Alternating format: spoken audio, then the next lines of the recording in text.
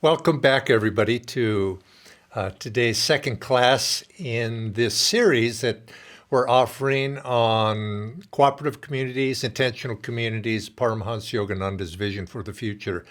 And today, I would like to continue a little bit our discussion that we started last week and bring it to a conclusion before we start to move on to, the nuts and bolts, you might say, and things that practical applications and how to start a community, lessons learned, and those sorts of things.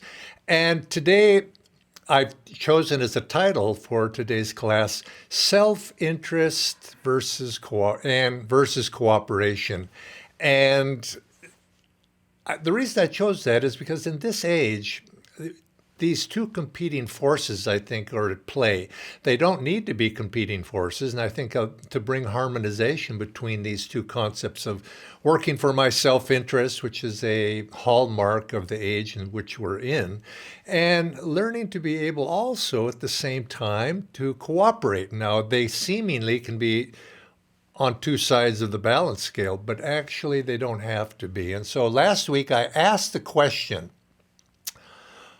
why haven't World Brotherhood colonies spread like wildfire, as Paramhansa Yogananda predicted? And my answer was, well, they haven't yet, but the time will come. Right now, there are experiments, there are few, but really right now, in order for a concept such as that to be able to spread like wildfire, according to that phrase, consciousness needs to change. There's lots of work that needs to be done. And so I made that point. One, those of us who want to spread these teachings, want to make this concept grow, want to see a better future, we need to work at it. Where there's work that needs to be done, we need to plow the field to get it ready for these seeds to be planted. And there is that aspect, and this is, you could say, what we're doing through Ananda Sangha. We're spreading the teachings of Paramhansa Yogananda, making his name known. But it's more than that alone. It's a broader concept. It isn't about our guru Paramhansa Yogananda as much as it is about what he taught, the truths that he expressed and brought. And we to try to share those, and not just share them verbally, but try to express them in our actual lives and in our daily activities, and through the outward expression of what we do with our lives, and the creation of World Brotherhood colonies for some of us. And to participate in that is one of the aspects by which we can be of service. And so, yes, we have to, you could say, cultivate the fields with right attitude, with higher consciousness. And at the same time, there are brave souls out there that we want to encourage people to take up this and actually try to put something into practice, because we need examples. And even if there's not many, it is a time for experimentation. It is a time for people to learn what works, what doesn't work, and slowly, as consciousness changes, as I believe and has been predicted, and as our masters have explained, will change over this coming age that we've entered. This idea will be taken up, and as Yogananda predicted, it will become a social model for the future. And so, here we are right now, though, 21st century, first quarter of it. And I'm often asked, because I've been involved in this community movement for half a century, really. It's been a while. I'm sometimes asked, what is it? I'm interested in starting community. What does it take to start a community? Is it land? Do I want to go out and buy some land? Maybe we could start a community. What resources I need to gather, tools and all sorts of, physical things, other people, maybe I need to learn certain skills, and all of these sorts of, very, very, practical things. And people drift into that. And maybe I need to store food and be prepared and all of these sorts of things. And what should I store? Start a garden. Well, all of these things might be good and they might be useful, but it really doesn't begin there. If we want to start a community, it all begins with people.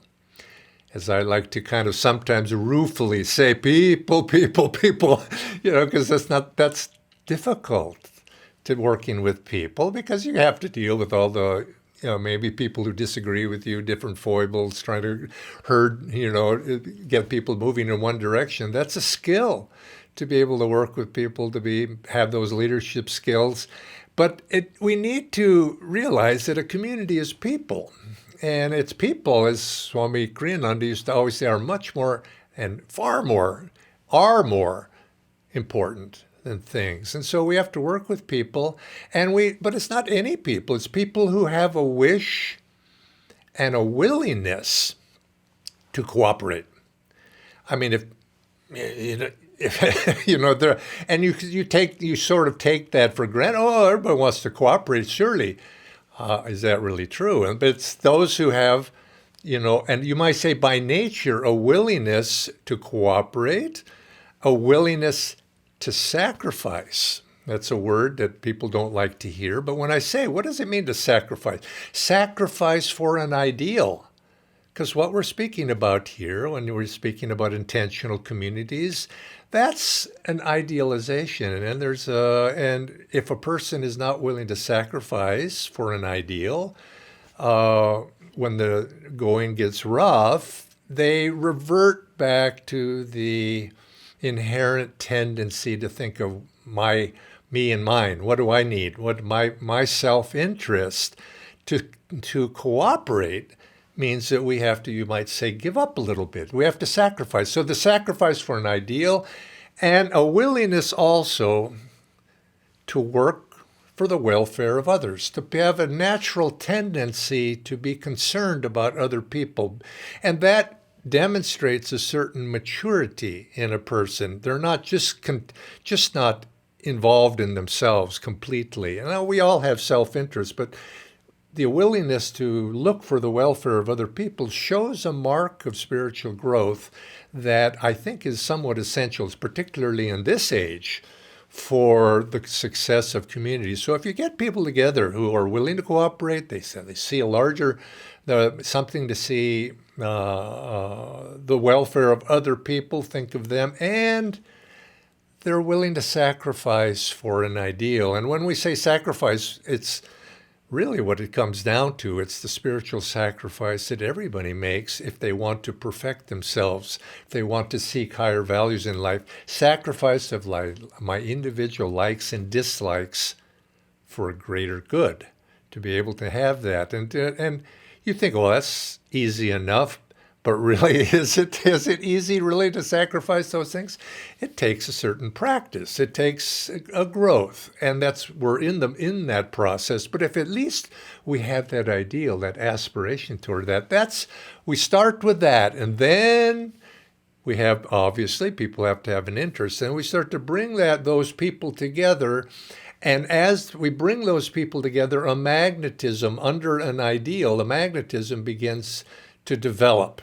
I remember I mentioned last week that when I first met Swami Kriyananda, he was writing his manuscript, Cooperative Communities, How to Start Them and Why. And he actually had said, let's get people together to see if there's some interest. And he gathered in his flat in San Francisco at that day, maybe 20, 25 people came together to discuss this possibility of, is it possible to start a community? What might we do?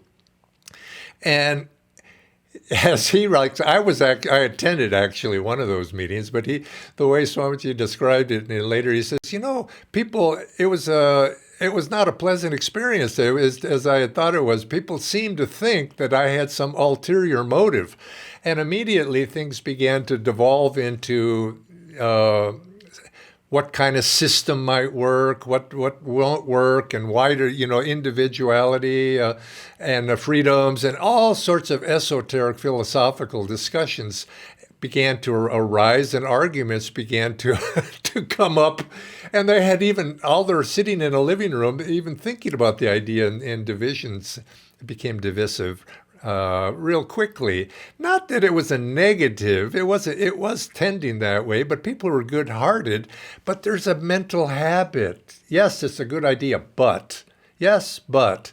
and you begin to see the faults. And it's very difficult to get energy moving all together in one direction in a positive way so that you can then begin to attract ideas, positive ideas begin to come. And so you could say the group forming to create Ananda Village had a little bit of work to do. But eventually later it did begin to coalesce. And I just, as a personal aside, I had mentioned I attended one of those meetings. People who wanted to start a community, and there was 20, 25 people there at the one I was. And later I did move to Ananda and help create Ananda. And of all those 25, I think no more than one or two of those people ever came. It was all in the clouds, you see. And this is what you get. And to get people who actually are willing to start and act and do something in the right spirit, it's not, when it comes to you could say, as they say, when the rubber meets the road, sometimes it turns out very different than you had hoped. But anyway, there's the dictionary. I was looking up the word cooperation, and it's defined as working or acting together for a common purpose or benefit, a joint action. But we need more than that. It's also what we're speaking about here is intentional cooperation, to actually want to cooperate, because many times communities form and have formed throughout history for many different reasons. And I think as a society, it's always been somewhat cooperative, because just the physical obstacles to living in this world, to being able to accomplish something, people coming together for commercial purposes. Why do communities start next to a river, maybe, or a stream? Well, there's water, that's useful. Maybe if it's a big enough river, people can travel on the river, trade happens, people come, I'm going to go there because I can barter, and there's all sorts of reasons. And historically, communities come all sorts of reasons. They come crossroads, commerce, trade, jobs, and there's always been natural groupings of people who share common interests. You got people share, perhaps they're immigrants into a country, and so consequently people speak the same language and they congregate, they have background, so they come together and they form communities. I myself, my family, I was a child of immigrants into America, and I lived, my parents in that generation, they all had friends, but it was an immigrant community, and I grew up in that. And it was a natural thing, and the culture bound people, and language binds people. And if you look, though, in history for the communities coming up for purposeful reasons, not just accidental, of environmental whims and fancies of the situation, you see people have also formed communities over the years, and probably the most successful, long-lasting ones is people come together by something that binds them. And what is the most binding? Historically, it's been religion. Religion has been one of those binding forces, and there's been historical communities throughout history. People have come together because of their religious beliefs, a shared ideal of what life is all about that ends up transcending many of the differences. So you can have shopkeepers, you can have accountants, you can have laborers in the field. All of them, maybe outwardly they don't have so much in common, but something binds them, and it could be language and background and culture, but it's also the beliefs that where they're going as people, and the values. And this tends to be the most binding. And I think in the day and age that we are right now, we look back even just in recent centuries, those communities that have been most successful have been religious. They don't have to be, though, but the fact is, if you don't have religion, something has to bind people. And I think right now, I would really encourage religious groups. It's a good way to start. Ananda's one example, but there could be a group of Methodists, or a group of Islamic believers, or what they could come together and experiment with these sorts of things, Buddhists, whatever it might be, because you're starting off on a level where people can agree on something. Where are we going in life? But usually also you have to have common aspirations, common beliefs, mutual support back and forth. But usually communities come together. There's some sense of self-interest that historically have brought people together. And I think back historically, and I look, because I'm an American, I grew up in the American education, so I know a little bit about my American history. And a very good example, it's been often cited, is people came together to start the initial colonies, the pilgrim colonies in the early 17th century. People came from England, United Kingdom, that area. They came, and eventually later from other places. Well, they came to America to start community. And in the process of that, and it was religiously motivated for most of them, not all of them, but for most of them, they were wanting to find a place where they could practice their religion. And those early pioneers coming, especially those coming in New England, the upper northern states, they came with that motivation. And we use them sometimes. Oh, they came and they lived, and they actually did. The first ones, they lived communally. And the interesting part of the history, though, that some people might forget, is it wasn't because they wanted to live communally. It's because they had to. One, they needed to protect themselves in the wilderness. They didn't know where they were. And second, they had a contract with the people who put up the funds for those pilgrims to go to America, and they had to pay them back. And as part of that contract, they would do certain labor in America to establish this colony, to send back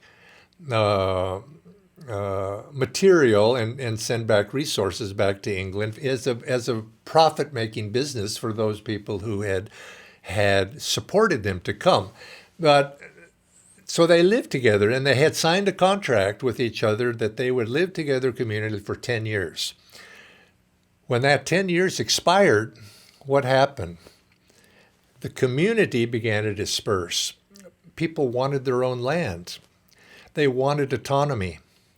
And they didn't want to necessarily live together. They needed to keep some sense of community in order for self-protection, and of course to provide necessary opportunities for trade and so on.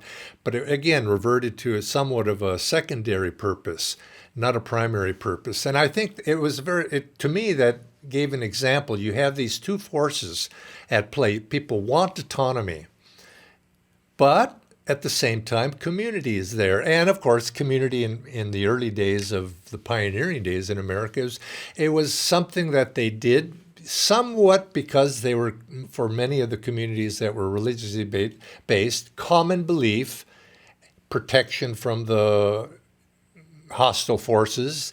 And so those two were mixed. And so as for century, 2 centuries or more, there was a very strong embedded sense of community as a good necessity. But at the same time, there was a strong desire for autonomy, the individual freedom. Everybody wanted their 40 acres of land and their own little farm and their own little... And those two forces were at play. And both of them, in America at least, are very, very strong. They would cooperate in times of adversity, warfare, those sorts of things, mutual self-defense. But you remove the threat, and there was a lot less desire to cooperate.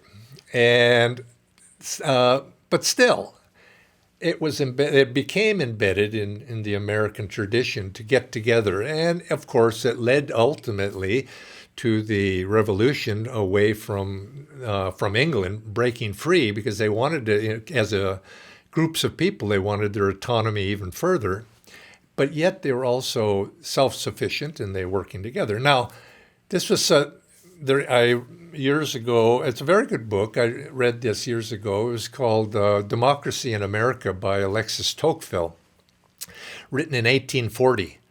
And it was in his day, it was a bestseller, I guess you'd say, because this was a Frenchman who had come, an aristocrat, who had come from France to explore America, to see what are they doing there, how are they succeeding. And he came, and he was surprised how America, it was flourished, democracy was flourishing at that time. And he made reference to these contrasts between the two, that people are very independent, very independently minded. They want to go off, they want to explore their movement of the people to the west to have their own land. But at the same time, he said, it's amazing. People will get together and cooperate for their common welfare at the drop of a hat. So he says, committees form for everything. Let's build a library. Committee forms, they build it. Let's build a church. People come together, they do it. We have to figure out a way to organize ourselves in this environment. We'll have self-government. It's a natural impulse to come together and cooperate. And he was very surprised at this because he didn't see that in France. Now, France in those days was very hierarchical and had a long tradition of hierarchy. And so if a group of people got together, who was going to, in America, a group of people get together to build something, who's going to be in charge? Well, they'd probably vote on it.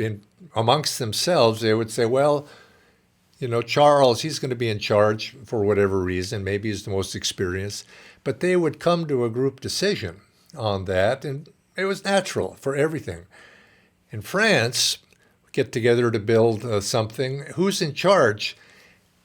It's the rich person's son. He's in charge because hierarchy had been passed down through the ages that the people who had money, who had wealth, who had status, they were in charge. And you can see that one of the movements that has been happening in the world as a whole over the last couple of centuries is to breaking down those artificial hierarchies of class, of wealth, of caste, of race. These are movements that are taking place and have taken place over the last couple of centuries and are going to increase. The rise of the individual is an aspect of this age that we are in. Dwapara Yuga was termed by Swami Sri Yukteswar. One of the foundation stones of the rise of this wave of higher consciousness that's coming into the world very gradually over the millennia is the rise of the individual, whereas in past ages there was the organization, hierarchy, birth, all of these artificial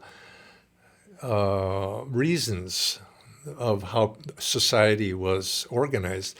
And so, but with the rise of the individual comes the rise of individual will, comes the rise of individual ego, self-will. It's not necessarily all wise. The strength of the individual being egoic is also a characteristic of the age. So this is why the masters termed this age as an egoic age.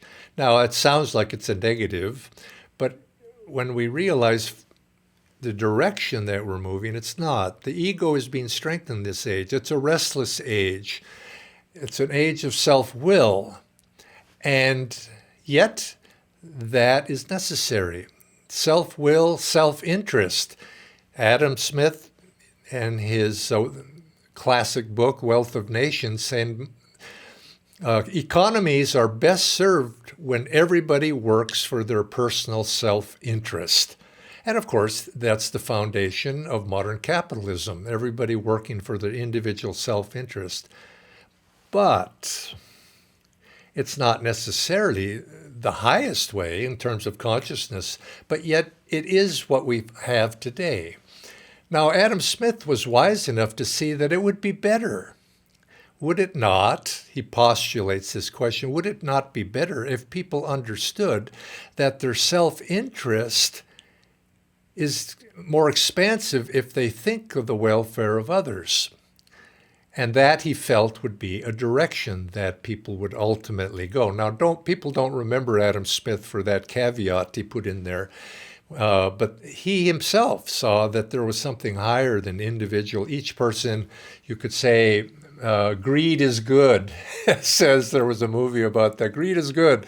Everybody being greedy for their own self-interest leads to the highest economic benefit. Well, that may be true if consciousness is on a certain level, and maybe we are on that level, but that's not the direction that we could go ultimately. And of course, Karl Marx, he came and of course proposed communism. We all think of the highest welfare from each according to his abilities, to each according to their needs. Now that sounds really idealistic, and many people were idealistically motivated by that. Wouldn't that be a better way to organize ourselves rather than just greed? Unfortunately, it may sound nice, but it doesn't seem to work. And because it becomes coercive. Economic systems, organizational systems have to be voluntary to truly be free. For a person to actualize and be happy, there needs to be that intentionalism in our actions, to intentionally cooperate, intentionally work for the welfare of others. To just do it because we're forced, that goes against the human spirit, and ultimately it becomes coercive, which is what communism put into play politically ended up being. It's coercive. So what you find is society, we have these two. Well, you have communism on one side, greedy capitalism on the other. Is there not a better alternative?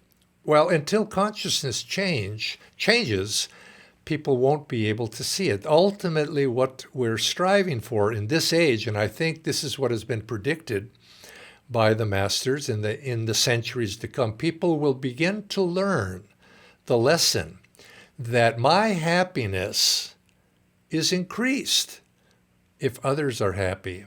To be able to see my happiness as interlinked with the happiness of all of us, that if I have self-interest, if my enlightened self-interest is to wish well for other people, when they do well, I feel better. And people will begin to see this, but it takes a bit of evolutionary change, a change in consciousness. And this is why, again, I'm a little bit repeating what I said last week, but this is why the ground must be cultivated with higher consciousness, to people to expand their sense of self beyond their own little self. Now, interestingly, I was mentioning how difficult it is for people to cooperate. People don't seem to want to sacrifice. But this isn't necessarily true in certain situations. Take a family, for instance, a married couple. They have children. They are going to naturally want to sacrifice. They will sacrifice for their small family. And so we can learn the lessons that people will naturally sacrifice because they see it in the higher interest. Their happiness is enhanced if they sacrifice for their family. But unfortunately, people in general have not yet been able to go beyond the boundary of us, as Yogananda would say, as Swami Kriyananda so often said, us four and no more, to see that boundary of family holding them back. And the challenge for us in the ages to come, in this coming age, the centuries to come, is to expand that boundary, to promote that boundary, to do whatever we can to see that it need not just be competition, cooperation itself as a virtue, being able to teach this virtue, to be able to share that virtue, and have it be able to actually be seen as a virtue, as opposed to only having individuality and self-interest to be the ethos of our time, which unfortunately for most people it is. And they would, such a person would say, why do I cooperate? Why do I have to cooperate? Well, if you get people like that and trying to make a community out of folks like that, it's not going to work. Why do I have to cooperate? And it sounds good, but because what it means is, that means I have to sacrifice my own individual autonomy for something other.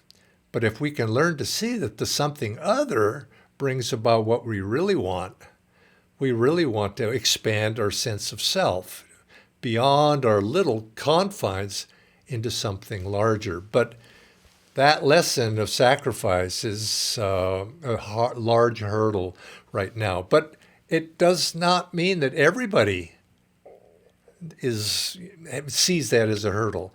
There are many, many people in the world who do naturally think of others, because just like families, they see others as part of their family. It's part of the fabric, as I said, learning to cooperate with other people. We see, yes, if I cooperate, we're going to get this job done better. People understand it, and they also have that natural tendency of heart. Those people who have that inclination, there are millions of those as well, but compared to the world at large, it's only a small number. But yet, there's enough in that cater to make a community happen. And I think this is our job. For those of us who are interested in this is our task, let's say. This is our challenge, our opportunity. Look at it, maybe even that's a better way to say it, to motivate such people to get together and to think of themselves as pioneers. We spoke about pioneers, but pioneers in a new way. And I think we can do that. And it's a skill that cooperation, it's a skill that can be taught, and it should be taught, and we can begin to do that. And it's really, when we come down to it, it's really a spiritual question. Is this need of this age as a whole is that of raising consciousness. My happiness is connected with the happiness of everybody, and I think this is the work that we need to do in the coming age. And this is what I mean when I say cultivating the soil. But at the same time, we do need to plant seeds. And I think this is going to take probably mostly young people, because they're the ones that tend to be more adventurous, just like Ananda village started with mostly young people. And it's a time when those people can get together and launch forth with experiments of many kinds, coming together. And in the weeks ahead, this is when we begin to speak of what works and what doesn't work based upon experience.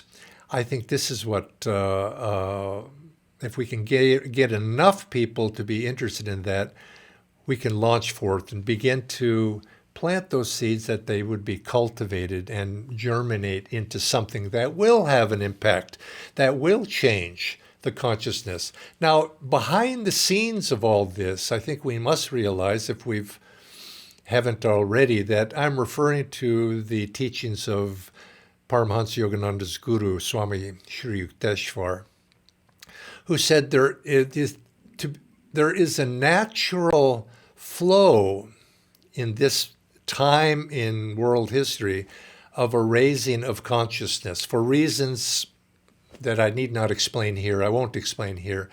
But this natural wave is a wave that we can ride on that. There is, you might say, behind the scenes, there is support that we are not moving into a dark age of chaos or negativity or apocalypse. That, although that's not to say we won't have difficulties, because out of difficulties, good things can come. But you could say if there's difficulties, refining our consciousness. They're for the larger good, that is not all that far away. Paramhansa Yogananda even said, yes, the world itself may have to go through great difficulties, but out the other side of those difficulties, because difficulties sometimes we need to learn our lessons, out the other side, there will be at least a period of time, and not too far in the future, for 300 years of peace and harmony. After that, he didn't say. But we're in an upward flow. So let's, you might say, ride that wave now and plant those seeds. So this is the task before us, to go beyond likes and dislikes. You could say, be able to sacrifice, be willing to sacrifice for a higher goal. And I wanted to conclude this week's by discourse on this topic that we have to, one of the goals of this age and that the time we're in is to expand our consciousness to see from self-interest to enlightened self-interest. But I don't mean to say that that's enough. It just happens to be, you might say, the task immediately before us. There is a larger goal. Is Dwapara Yuga, the Yuga that we're in, it points towards something larger, which is not just living in enlightened self-interest, but to transcend self-interest entirely. Now, this, of course, is another subject entirely also, but it's where we're pointing. And I think for those people who have these goals, which I've expressed to date, realize that there's something larger. And this vision of self-interest, enlightened self-interest, points to ultimately going beyond that to realize that our true happiness comes when we abandon self-interest entirely and live our lives for God realization. That's what the great masters ultimately come for, because that's what all of us really want. That realization that our true freedom comes not for enhancing the ego or satisfying the ego, but from transcending the ego. And so but life is directional. And in every age, there will be some that understand the higher truths and some that need to go through many experiences. But it's good to realize that we're in this upward moving wave. And I'll end with this. According to Sri Yukteswar, before this age, and I find this to be an encouraging thought, he says, before this age of Dwapara Yuga in which we're moving right now, and we're just at the very beginning, this age of a higher consciousness, restless though it may be, before it reaches its end, and roughly over a couple thousand years from now, he made the prediction. He said, mankind will learn two overarching lessons. And you could say, we're in school. Our two lessons that we're going to learn is, he says, one, the experience of happiness, the feeling of being happy, is the result of movements of life force within our own selves, our own body. And we're going to learn that I can be in control of happiness. I'll learn the ability to raise my energy within myself to attain that which I really want in life. So I'll be able to recognize that. Right now, that is very dim in most people's recognition. But he said this will become common. People, and this is why Paramhansa Yogananda said self-realization will become the religion of the future. Self-realization, not the organization, but the actuality of self-realization. And two, the second lesson that mankind will learn over the coming millennia, the experience of personal happiness is enhanced through the expansion of one's awareness and sympathies to include others. This is a basic, my own happiness, and then expanding that by seeing happiness in everybody.